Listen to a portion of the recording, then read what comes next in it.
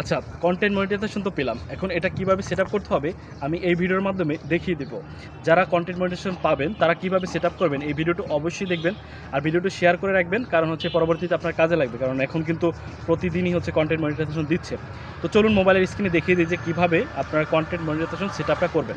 তো ফাইনালি তো আমরা কন্টেন্ট মনিটাইজেশন পেয়ে গেলাম। এখন এটা কিভাবে সেটআপ করব আজকে ভিডিওতে কিন্তু আমি বলেছি আগে যে দেখিয়ে দেব। তো শুরু থেকে দেখতে থাকুন, কারণ আপনারা যখন সেটআপ আসবে তো এটা অবশ্যই লাগবে।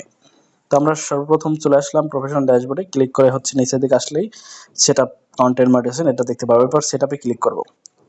আচ্ছা, সেটআপে ক্লিক করে আমরা একটু অপেক্ষা করব।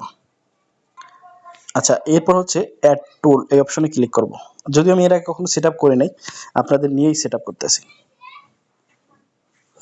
তো দেখা যাক কি হয়।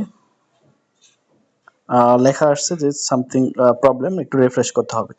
এই প্রবলেম হবে আমি জানতাম। দেখেন আমার কিছুই করা লাগে না, জাস্ট হচ্ছে সামথিং প্রবলেমের পরে এটা কিন্তু আপনার সেটআপ হয়ে গেছে। এখন কথা হচ্ছে যে তখন কেন এরকম দেখালো, কারণ হচ্ছে আমার ওইটা সেটআপ হয়ে গেছে, রিফ্রেশ করার পরে এটা অটোমেটিক্যালি সেটআপ হয়ে গেছে। জাস্ট এতটুকুই কাজ। অনেকের ক্ষেত্রে এই বিষয়টা আলাদা থাকবে। অনেকের ক্ষেত্রে যে পে আউটটা যদি আপনার সেটআপ না থাকে সেক্ষেত্রে কিন্তু পে আউটটা সেটআপ করা লাগবে। আর যদি আপনার পে আউট সেটআপ থাকে সেক্ষেত্রে দেখেন খুব সহজে কিন্তু আমি জাস্ট হচ্ছে সেটআপে ক্লিক করছি, অ্যাড টুল করছি, জাস্ট হয়ে গেছে। দেখেন এখন আমার কোনখান থেকে ইনকাম হবে, যেমন আর্নিং ফ্রম স্টোরেজ, তারপরে আর কোথায় কোথায় ইনকাম হবে এগুলো হচ্ছে এখানে দেখাচ্ছে। তো আশা করি বুঝতে পারছেন যে কিভাবে আসলে আমরা স্টার সেটআপটা কন্টেন্ট মনিটাইজেশন সেটআপটা করতে পারি।